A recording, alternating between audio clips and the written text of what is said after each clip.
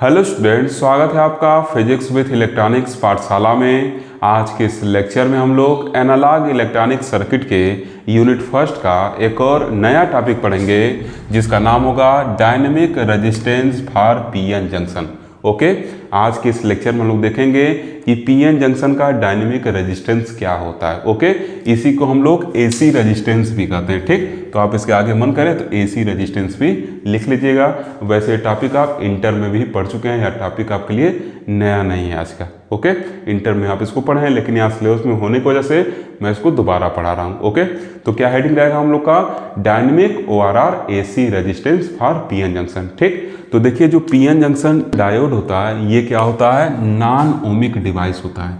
PN junction diode जो होता है वो नॉन ओमिक डिवाइस होता है। क्यों हम लोग इसको नॉन ओमिक डिवाइस कहते हैं? क्योंकि पीएन जंक्शन डायोड के केस में जो करंट वोल्टेज का रिलेशनशिप होता है वो ओम्स लॉ को फॉलो नहीं करता है। ठीक, ओम्स लॉ को फॉलो करने का मतलब क्या है? जो करंट वोल्टेज का रिलेशनशिप है, मतलब जो करंट और वोल्टेज में वेरिएशन है वो लीनियर होना चाहिए और ओरिजिन से क्या होना चाहिए? पास होना चाहिए। ठीक, लेकिन जब हम लोग पीएन जंक्शन डायोड का क्या करते हैं, करंट वोल्टेज रिलेशनशिप को देखते हैं तो वो कुछ ऐसा मिलता है। ठीक, पहले जब वोल्टेज क्या रहता है? कम रहता है तो करंट जीरो होता है, लेकिन फिर जैसे जैसे वोल्टेज बढ़ते हुए जाता है वैसे क्या होता है? करंट एक्सपोनेंशियली इंक्रीज करता है। मतलब जो पीएन जंक्शन डायोड का वोल्टेज करंट रिलेशनशिप है वो क्या होता है? एक्सपोनेंशियल एक होता है। मतलब इसमें पीएन जंक्शन डायोड में करंट जो होता है वोल्टेज के साथ, वोल्टेज के बढ़ने के साथ साथ एक्सपोनेंशियली इंक्रीज करती है, लीनियरली इंक्रीज नहीं करती है। इस वजह से पीएन जंक्शन डायोड को हम लोग ओमिक डिवाइस कहते हैं। अगर ये भी रिलेशन जो था लीनियर होता और ओरिजिन से पास होता तो हम लोग इसको क्या कहते हैं? पीएन जंक्शन डायोड को क्या कहते हैं कि ये भी हम लोग का एक ओमिक डिवाइस है। ठीक, लेकिन ऐसा न होने के कारण, एक्सपोनेंशियल वेरिएशन होने के कारण इसको हम लोग नॉन ओमिक डिवाइस कहते हैं। ठीक, अब देखिए ये जो पीएन जंक्शन डायोड है, जब इस पे हम लोग क्या करेंगे? डीसी सिग्नल या एसी सिग्नल लगाएंगे तो क्या होगा?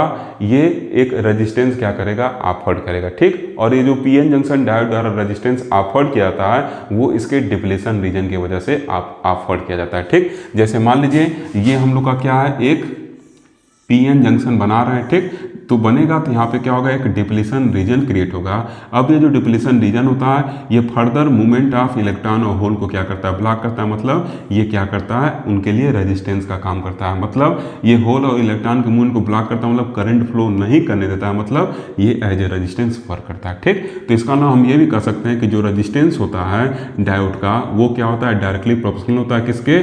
डिप्लीशन विड्थ के। वो डिप्लीशन विड्थ के क्या होता है? डायरेक्टली प्रोपोर्शनल होता है। ओके, अब जब हम लोग क्या करेंगे? इस पीएन जंक्शन डायोड को रिवर्स बायस में कनेक्ट करेंगे तो रिवर्स बायस में कनेक्ट करने पर क्या होगा? ये जो डिप्लीशन रीजन है ये क्या होता है? काफ़ी ज़्यादा चौड़ा होते जाता है, बढ़ते जाता है। मतलब इसका जो रेजिस्टेंस है वो बढ़ते जाता है, इस वजह से बहुत ही कम करंट फ्लो होती है। ठीक, इसको हम लोग ऐसे, आपको याद होगा ग्राफ पर ऐसे दिखाते थे। ठीक, ऐसे ला के ऐसे कुछ दिखाते थे। बहुत ही कम करंट क्या होती थी? रिवर्स बायस में फ्लो करती थी। ओके, इस वजह से जनरली जब हम लोग रेजिस्टेंस निकालते हैं तो रिवर्स बायस को क्या करते हैं? नहीं काउंट करते हैं। हम लोग बस क्या करते हैं? फॉरवर्ड बायस को काउंट करते हैं। क्यों? क्योंकि जब पीएन जंक्शन डायोड को हम लोग क्या करेंगे? फॉरवर्ड बायस करेंगे। मतलब पी और एन रीजन जो है, पी को क्या करेंगे? बैटरी के पॉजिटिव से और एन को बैटरी के नेगेटिव जोड़ेंगे तो ये डिप्लीशन रीजन की चौड़ाई क्या होती है? घटते जाती है, जिससे उसका रेजिस्टेंस क्या होता है? कम होता है। और रेजिस्टेंस कम होने की वजह से क्या होता है? उसमें करंट अच्छे से फ्लो करते जाता है। ठीक, तो देखिए करंट क्या होगा? फॉरवर्ड बायस में एक अच्छा खासा करंट एक्सपोनेंशियली हम लोग को मिलता है। ठीक, तो इस वजह से जनरली हम लोग फॉरवर्ड बायस के दौरान ही क्या करते हैं? इस रेजिस्टेंस वगैरह को काउंट करते हैं। क्लियर हुआ है ना? क्योंकि फॉरवर्ड बायस में क्या होता है? ये जो डिप्लीशन विड्थ है छोटा होते जाता है और यहाँ पे क्या होगा? जो रेजिस्टेंस होगा वो बहुत ही ज़्यादा नहीं होगा। ठीक, ऐसा रेजिस्टेंस होगा करंट भी क्या करेगा? फ्लो करने देगा। ठीक, लेकिन रिवर्स बायस में इतना ज़्यादा रेजिस्टेंस होता है करंट फ्लो ही नहीं कर पाता, इस वजह से उसके रेजिस्टेंस की बात हम लोग नहीं करते। ये चीज़ क्लियर? अब देखिए जब डीसी सप्लाई देंगे तो क्या होगा? ये जो रेजिस्टेंस ऑफर करेगा पीएन जंक्शन वो क्या होगा? डीसी रेजिस्टेंस होगा, या उसी को हम लोग क्या कहते हैं? Static resistance. ठीक, डीसी क्या? डीसी सप्लाई जो होगा क्या होता है? एक फिक्स होता है ना, एक फिक्स वैल्यू होता है, 5 वोल्ट 10 वोल्ट ऐसे। ठीक, तो उसके करस्पॉन्डिंग जो रेजिस्टेंस मिलेगा वो भी क्या होगा? एक फिक्स रेजिस्टेंस मिलेगा, तो उसको हम लोग क्या कहते हैं? उस रेजिस्टेंस को हम लोग क्या कहते हैं कि हम लोग का स्टैटिक रेजिस्टेंस है, मतलब स्टैटिक कंडीशन में है, वो वैरी वगैरह नहीं कर रहा है। ठीक, वो क्या है डीसी सप्लाई। ये वोल्टेज क्या है, वोल्टेज हम लोग का फिक्स हो जा रहा है, डीसी वोल्टेज है, तो रेजिस्टेंस वगैरह भी क्या होगा एक तरीके से फिक्स होगा, क्योंकि करंट उस दरमियान फिक्स रहेगा उस पर्टिकुलर वोल्टेज पे। अगर ऐसे हम बनाते हैं डीसी सप्लाई देते हैं तो जिस वोल्टेज करस्पॉन्डिंग मेजर करेंगे उस वोल्टेज करस्पॉन्डिंग हम लोग को पर्टिकुलर क्या होगा एक वोल्टेज मिलेगा। ठीक, तो ये जो रेजिस्टेंस आर है क्या होगा उस वोल्टेज के लिए एक स्टैटिक रेजिस्टेंस का क्या करेगा काम करेगा। ठीक, लेकिन अगर हम क्या करें इस पीएन जंक्शन डायोड को, अगर क्या करते हैं इस पीएन जंक्शन डायोड को एसी सप्लाई देते हैं तो उस दरमियान जो इसके द्वारा रेजिस्टेंस ऑफर किया जाएगा, रेजिस्टेंस ऑफर कौन करेगा, ये जो डिप्लीशन रीजन तैयार हुआ है रेजिस्टेंस ऑफर करेगा। ठीक, तो जो रेजिस्टेंस ऑफर करेगा डायोड वो क्या होता है स्टैटिक रेजिस्टेंस ना होके वो डायनेमिक रेजिस्टेंस हो जाता है, या उसी को हम लोग क्या कहते हैं एसी रेजिस्टेंस कहते हैं। ठीक, क्लियर, क्या बोले हैं जब पीएन जंक्शन डायोड को हम लोग एसी सप्लाई देंगे तो उस दरमियान इस पीएन जंक्शन डायोड द्वारा जो रेजिस्टेंस ऑफर किया जाएगा वो क्या होता है डायनेमिक रेजिस्टेंस होता है, या उसी को हम लोग एसी रेजिस्टेंस कहते हैं। अब एसी सिग्नल का गुण क्या है, एसी सिग्नल का गुण ये है कि वो कम ज़्यादा होते रहती है। इसका मतलब क्या होगा इसमें वेरिएशन है, तो मतलब क्या ये गतिशील है एक तरह से डायनेमिक कंडीशन में, इस वजह से इस दरमियान जो रेजिस्टेंस होगा उसको हम लोग क्या कहते हैं डायनेमिक रेजिस्टेंस कहते हैं, या उसी को एसी रेजिस्टेंस कहते हैं। क्लियर ना, तो स्टैटिक सिलेबस में है नहीं, इस वजह उसकी बात नहीं कर रहे हैं, बस डायनेमिक की बात कर रहे हैं। ठीक, तो मान लीजिए हम लोग क्या किए हैं एसी सप्लाई वगैरह दिए हैं। ठीक, मान ले रहे हैं किसी क्या है ये कोई एक पर्टिकुलर पॉइंट है, सॉरी ये एक पर्टिकुलर वोल्टेज है कोई। ठीक, और ये क्या है इसका एक ऑपरेटिंग पॉइंट है। ठीक, जिसको हम लोग क्या कर दे रहे हैं क्यू कर दे रहे हैं। ठीक, ये जो ऑपरेटिंग पॉइंट है इसको क्या कर दे रहे हैं क्यू कर दे रहे हैं। अब इससे थोड़ा सा एक यहाँ ऊपर ले रहे हैं पॉइंट और उतने ही दूर पे एक पॉइंट इधर ले ले रहे हैं। ठीक, अब इसमें हम लोग अपने एसी सिग्नल को दिखा दे रहे हैं। ठीक, ये हम लोग का क्या है एसी सिग्नल है। ठीक, ये क्या है एसी सिग्नल है।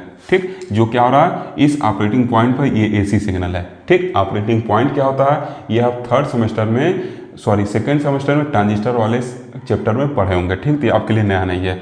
अब इसके करस्पॉन्डिंग अगर हम करंट देखना चाहें, इस ऑपरेटिंग पॉइंट के करस्पॉन्डिंग अगर हम करंट देखना चाहें तो क्या होगा उसी को देख लेते हैं। तो इसके करस्पॉन्डिंग जो करंट होगा वो हम लोग को कुछ ऐसे मिलेगा। ठीक, ये कुछ करंट हम लोग को मिलेगा।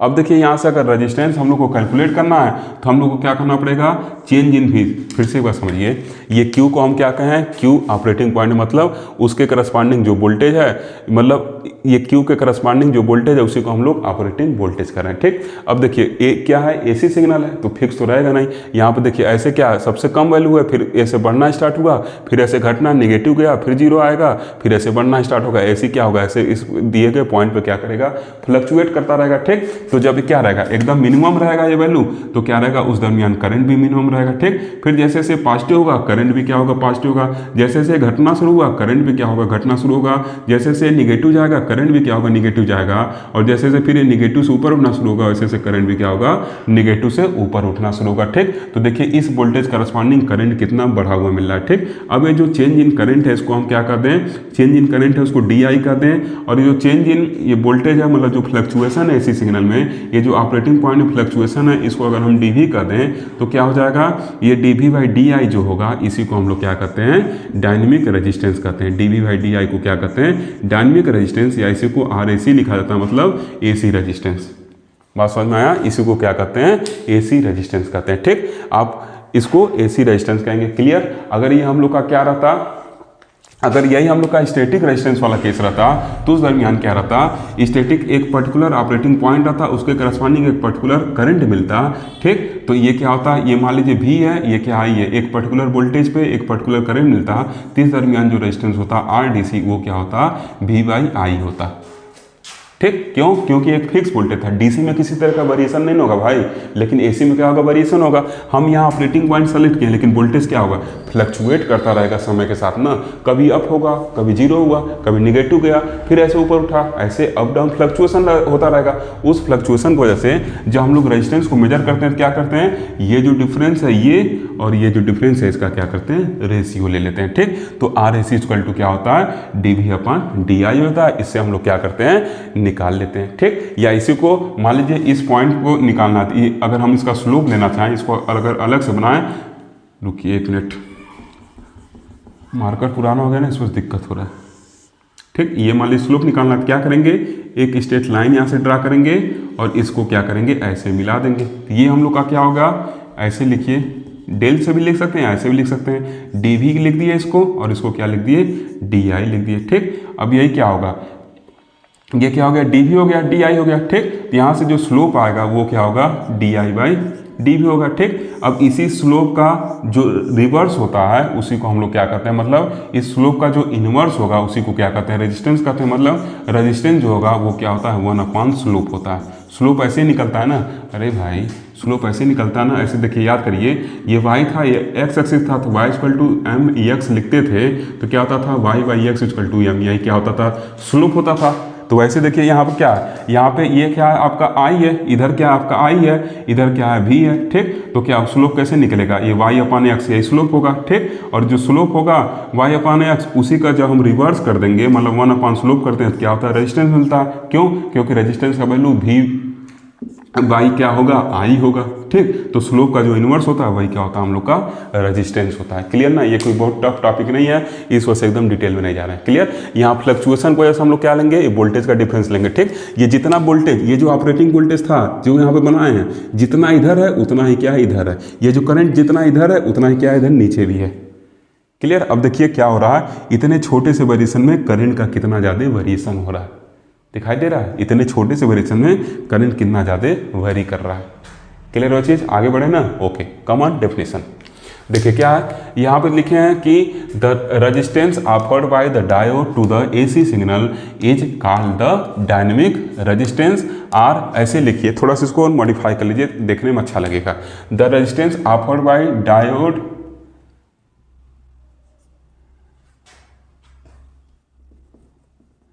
The resistance offered by the forward bias, ऐसे लिखिए, forward bias diode to the AC signal, मतलब जब आपका डायोड क्या फॉरवर्ड बायस हो, यहाँ से लिखिएगा the resistance offered by the forward bias diode to the AC signal is called the dynamic resistance. R AC resistance, AC क्या कर रहा है, फ्लक्चुएट कर रहा है, वेरिएशन है, डायनेमिक कंडीशन में है। इस वजह से रेजिस्टेंस को निकालने के लिए हम लोग क्या करते हैं, चेंज को कंसिडर करते हैं। मतलब क्या है, एक डायनेमिक रेजिस्टेंस हम लोग क्या करें, कंसिडर करें। भाई जब हम लोग का इनपुट जो एसी आ रहा है वही क्या आ रहा है, फ्लक्चुएशन है, तो रेजिस्टेंस में क्या होगा, उसके करस्पॉन्डिंग जो लिखेंगे उसको क्या लिखेंगे, डायनेमिक लिखेंगे ना। तो इस वजह से इसको क्या कर रहे हैं, डायनेमिक रेजिस्टेंस लिख रहे हैं। ठीक, क्लियर ना, क्लियर हुआ चीज। एसी में क्या फ्लक्चुएशन है, क्या एक तरीके से क्या ये जो सिग्नल है क्या आपकी गतिशील है। ठीक, इस वजह से जो रेजिस्टेंस है उसको क्या कहेंगे, गतिशील रेजिस्टेंस, मतलब डायनेमिक रेजिस्टेंस। क्लियर, तो यहाँ तक क्लियर है। ओके, अब देखिए क्या लिखे हैं, it is defined as the reciprocal of the slope of current voltage characteristic. ठीक, तो देखिए करंट वोल्टेज कैरेक्टरिस्टिक का जो स्लोप है उसके रेसिप्रोकल को, मतलब D I by D V क्या इसका स्लोप है, उसका अगर रेसिप्रोकल लेना मतलब स्लोप 1/, स्लोप लिख दे तो वही क्या होगा, रेजिस्टेंस होगा। और स्लोप है क्या भाई, स्लोप यहाँ पे क्या है, 1/, D I by D V है, तो D V by D I क्या हो जाएगा आपका, D V by D I क्या हो जाएगा, ये डायनेमिक रेजिस्टेंस हो जाएगा। क्लियर, तो वही क्या होगा, R A C equal to क्या हो जाएगा, D V by D I. और डी वी क्या है, ये फ्लक्चुएशन, जो वोल्टेज में फ्लक्चुएशन है, मतलब चेंज इन वोल्टेज। अब इस वोल्टेज में करंट, सॉरी, इस वोल्टेज में चेंज होने की वजह से ही करंट में ना चेंज आ रहा है, तो इस वजह से लिखे हैं resulting change in current. Change in voltage की वजह से जो चेंज में करंट आ रहा है तो चेंज इन वोल्टेज, और उसकी वजह से जो हमको रिजल्टेंट चेंज मिल रहा है करंट में वो तो क्या लिखे हैं, रिजल्टिंग चेंज इन करंट। ठीक, यही क्या हो गया, D V by D I. ठीक, अब देखिए क्या लिखे हैं, it is not a constant quantity. ये क्या है, कांस्टेंट क्वांटिटी नहीं है, but depends upon the operating point. ये क्या कांस्टेंट क्वांटिटी नहीं है, लेकिन ऑपरेटिंग पॉइंट पे डिपेंड करता है। ठीक, ऑपरेटिंग पॉइंट पे क्या करेगा, डिपेंड करेगा। अगर मान लीजिए ऑपरेटिंग पॉइंट क्यों यहाँ पे, क्या करेंगे, फिर ऐसे इसका इधर से ऐसे क्या करेंगे, फ्लक्चुएशन लेंगे, ऐसे ये फ्लक्चुएशन लेंगे, फिर यहाँ से इसके करस्पॉन्डिंग क्या करेंगे, ऐसे करंट वोल्टेज वगैरह ड्रा करेंगे। ठीक, तो ये क्या है, कांस्टेंट नहीं है, ये क्या करता है, डिपेंड करता है किस पे, ऑपरेटिंग पॉइंट पे। जो रेजिस्टेंस है वो क्या होता है, कांस्टेंट नहीं होता, इसी वजह से इसका नाम क्या दिए हैं, डायनेमिक रेजिस्टेंस ना, गतिशील है, इस वजह से इसको डायनेमिक रेजिस्टेंस नाम दिए हैं। Is it clear. अब देखिए, अब हम लोग एक चीज करेंगे, यहाँ दिखाएंगे कि, चलिए आगे पहले लिख लेते हैं तब फिर समझाएंगे। ओके, ये पहले इतना देख लीजिए। स्टार बना के लिखे हैं कि when the diode is sufficiently forward bias the diode current at the temperature T is given by I equal to क्या होता है I naught E raise to V by eta KT और V के साथ E का multiply कर देते हैं। ठीक, ये कल हम लोग रिलेशन पढ़े थे, जब सफिशिएंटली क्या होगा फॉरवर्ड बायस रहेगा तो 1 को क्या कर सकते हैं निगलेक्ट कर सकते हैं, क्योंकि ये वैल्यू क्या होगा 1 से बड़ा होता है। अरे भाई कल ऐसे पढ़े थे ना -1 था, तो जब ये वैल्यू भी बहुत बड़ा है, ये जो फॉरवर्ड बायस वाला वोल्टेज होगा बहुत बड़ा है हम लोग का, तो क्या करेंगे उसको निगलेक्ट कर सकते हैं 1 को इसके कंपेरिजन में, क्योंकि V क्या होगा VT से बड़ा होगा। कल ये चीज़ वीडियो में बताया था, दोबारा नहीं बता रहा हूँ, समझ रहे हैं आप इस चीज़ को। ठीक, तो इसको निगलेक्ट कर देंगे तो 1 को ऐसे हटा दिए। ठीक, अब आगे देखिए इसके कुछ लिखेंगे फिर आपको समझाएंगे। ये जो चीज़ मैं लिखवाने जा रहा हूँ ये कभी कभी एग्जाम में पूछता है, इस वजह से लिखवा रहा हूँ। ओके, देखिए स्टूडेंट, लास्ट सेशन में हम लोग यहाँ तक कर लिए थे। ठीक, वहाँ मैं स्मॉल आई यूज किया था, आप यहाँ पे कैपिटल आई लिख लीजिएगा उसको। ठीक, क्योंकि जो RAC का वैल्यू मैं यूज किया हूँ इसमें क्या यूज किया हूँ कैपिटल V और कैपिटल I यूज किया हूँ। ठीक, इस वजह से ये जो इक्वेशन है इसको भी क्या करिएगा आप, जो हम लोग लिखे हैं उसको कैपिटल I लिख लीजिएगा। ठीक, इधर भी कैपिटल आई लिख लीजिएगा, इधर भी कैपिटल आई नॉट लिख लीजिएगा।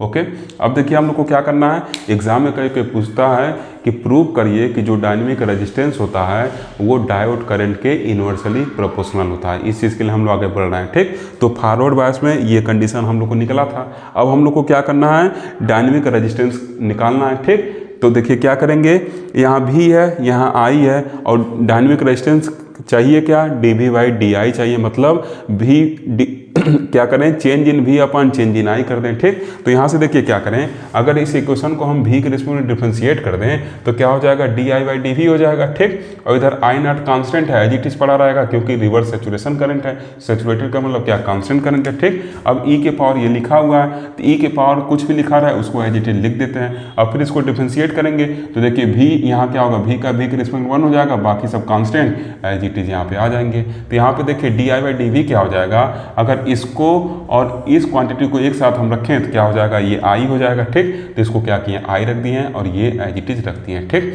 अब देखिए क्या लिखे हैं, therefore the dynamic resistance is in forward bias is given by, अब RAC इक्वल टू क्या होगा, इसी को पलट देंगे dV/dy कर देंगे तो ईटा KT, ये क्या है ईटा, यहाँ भी ईटा है तो ईटा KT अपान EI हो जाएगा। और क्या हो जाएगा, यहाँ फिर जब इसको रखेंगे तो ईटा को कॉमन ले सकते हैं, K/E यहाँ कर दिए, T लिख दिए। ठीक, अब K क्या है, बोल्ट्जमैन कांस्टेंट है जिसका वैल्यू क्या होगा 1.30 इंटू क्या होगा 10⁻23 और इधर क्या हो जाएगा K का E का वैल्यू क्या होगा 1.6 इंटू 10 की पावर क्या होगा 9 होगा। ठीक, सॉरी 10 टू पावर क्या होगा 19 होगा। ठीक, अब क्या करेंगे, इसको हम लोग जब K/E करके क्या करेंगे सॉल्व करेंगे तो क्या होगा, ये जो वैल्यू होगा कुछ ये निकल के आएगा। ठीक, अब ईटा को एज इट इज लिख दिए, T को एज इट इज लिख लिए, I को एज इट इज लिख लिए। ठीक, तो देखिए यहाँ से साफ साफ क्लियर है, ईटा भी क्या है मटेरियल कांस्टेंट है, T क्या है टेम्परेचर है। ठीक, तो किसी दिए गए टेम्परेचर पे क्या होगा, जो RAC होगा वो क्या होगा, इस I के क्या होगा डायरेक्ट इस I के क्या होगा इनवर्सली प्रोपोर्शनल होगा। ठीक, तो क्या लिखे हैं 10 the dynamic resistance varies inversely with current I।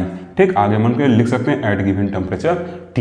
ठीक, ईटा क्या है कांस्टेंट है, ये क्या है मटेरियल कांस्टेंट है, ये वैल्यू कांस्टेंट है, और किसी दिए गए टेम्परेचर T पे जो RAC होगा वो डायोड करंट के इनवर्सली क्या होगा प्रोपोर्शनल होगा। क्या चीज़ समझ में आया, क्लियर है चीज। तो यहाँ से RAC का वैल्यू क्या हो गया, ये हम लोग को प्रूफ कर लिए। ठीक, अब रूम टेम्परेचर पर देख लेते हैं इसका वैल्यू क्या होगा। तो देखिए ये दोबारा मत लिख लीजिएगा, ठीक ना, ये पीछे सेशन का था, इसके नीचे से यहाँ से लिखना शुरू करिएगा। ओके, अब देखिए क्या लिखे हैं कि एट रूम टेम्परेचर मतलब T = 300 केल्विन। ठीक, रूम टेम्परेचर मतलब क्या, जो टेम्परेचर रहेगा 27 डिग्री सेल्सियस रहेगा, उसको हम लोग जो T यहाँ पे है वो केल्विन में है तो उसको क्या करेंगे केल्विन में कन्वर्ट करेंगे। तो 27 + 2 73 तो क्या हो जाएगा 300 केल्विन हो जाएगा। ठीक, और मान ले रहा है एंड फॉर जर्मेनियम, मान ले रहा है जो हम लोग का डायोड है वो जर्मेनियम है, तो उस दरमियान ईटा का वैल्यू क्या हो जाएगा 1 हो जाएगा। ठीक, अब जब इसको हम लोग पुट करेंगे इसमें तो ईटा = क्या हो गया 1 हो गया और T = क्या होगा 300 हो गया। तो 1 × 300 300 और उसका इसमें क्या करेंगे मल्टीप्लाई कर देंगे इसमें, तो 8.6 × 10⁻⁵ × 300 जब करेंगे तो ये क्या होगा 2580 आएगा आपका, और इधर 10⁻⁵ आएगा। ठीक, तो देखिए फिर ये क्या हो जाएगा आपका 2580 इसको ऐसे और इसको 10⁻⁻2 और इधर क्या लिखे हैं 10⁻³ ठीक। तो ये देखिए क्या हो जाएगा, ये 2580 जो लिखा गया है इसको अगर इसमें कंपनसेट कर दें 10⁻² को, इसको 25.80 इंटू 10⁻³ लिख सकते हैं। मतलब इसको हम लोग क्या लिख सकते हैं, अप्रॉक्सीमेटली 26 इंटू 10⁻³ लिख सकते हैं। ठीक। तो देखिए लिखा यहाँ क्या गया है, RAC इक्वल टू 26/I। ठीक। इसमें हम लोग क्या किया है, 10⁻³ को I को मिली एम्पियर में बता के कंपनसेट कर दिए। ठीक। आगे देखिए अभी समझ में आ जाएगा। लिखे हैं कि वेयर RAC इज इन ओम, लिखे हैं कि RAC क्या है, ओम में है, और I को कह दिए हैं कि मिली एम्पियर में। ठीक। तो जब I मिली एम्पियर में रहेगा तो I को एम्पियर में कन्वर्ट करने के लिए 10⁻³ लिखना पड़ेगा, तभी न जाके एम्पियर में होगा। और R को हम लोग ओम कर रहे हैं तो I को एम्पियर में रहना पड़ेगा, तभी न R ओम में आएगा। RAC को जो हम लोग ओम मान ले रहे हैं RAC को, तो I को मिली एम्पियर से एम्पियर में कन्वर्ट करना पड़ेगा। तो I को अगर हम लोग क्या करें, मिली एम्पियर से एम्पियर में कन्वर्ट करेंगे, 10⁻³ आएगा, उससे क्या हो जाएगा, ये 10⁻³ यहाँ पे जो आया कैंसिल हो जाएगा। ठीक। इस वजह से बस 26 यहाँ पे लिखा गया। क्लियर ना। इस 10⁻³ को कंपनसेट करने के लिए I को हम लोग मिली एम्पियर में कंसीडर कर लिए। ठीक। क्लियर है, I को मिली एम्पियर में कंसीडर कर लिए। तो जब मिली एम्पियर को एम्पियर में कन्वर्ट करेंगे 10⁻³ आएगा, मिली एम्पियर को एम्पियर में कन्वर्ट करना पड़ेगा। क्यों, क्योंकि RAC को हम लोग ओम में मान ले रहे हैं। ठीक। ऐसे फार्मूला वगैरह बनाया जाता है। तो क्या लिखे हैं, where RAC is in ohm and I is in milli ampere. ठीक। I को मिली एम्पियर में लिखने की वजह से ये जो 26 के साथ 10⁻³ आ रहा है ये कंपनसेट हो जाएगा, क्योंकि 10⁻³ क्या होगा, इससे कैंसिल हो जाएगा। ठीक। और I एम्पियर में कन्वर्ट हो जाएगा तो RAC हम लोग का ओम में हो जाएगा। क्लियर ना। तो अब देखिए क्या लिखा गया है, 10 forward bias current of 26 milli ampere, the dynamic resistance is 1 ohm. क्या लिखे हैं कि अगर 26 मिली एम्पियर क्या है, फॉरवर्ड बायस करंट है, तो जो डायनेमिक रेजिस्टेंस होगा हम लोग का वो क्या होगा, 1 ओम के बराबर होगा।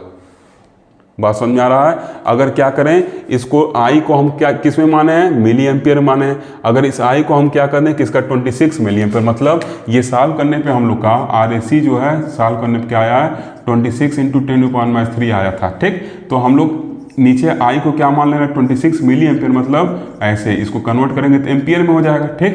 तो इससे ये कट जाएगा, ये पूरा कट जाएगा, RAC जो होगा हम लोग का वो क्या हो जाएगा, 1 ओम के बराबर हो जाएगा। ठीक। तो इसी पावर को कंपनसेट करने के लिए हम लोग I को क्या किए थे, मान लिए थे कि मिली एम्पियर में, अदरवाइज हम लोग डायरेक्ट उसको एम्पियर मान सकते थे।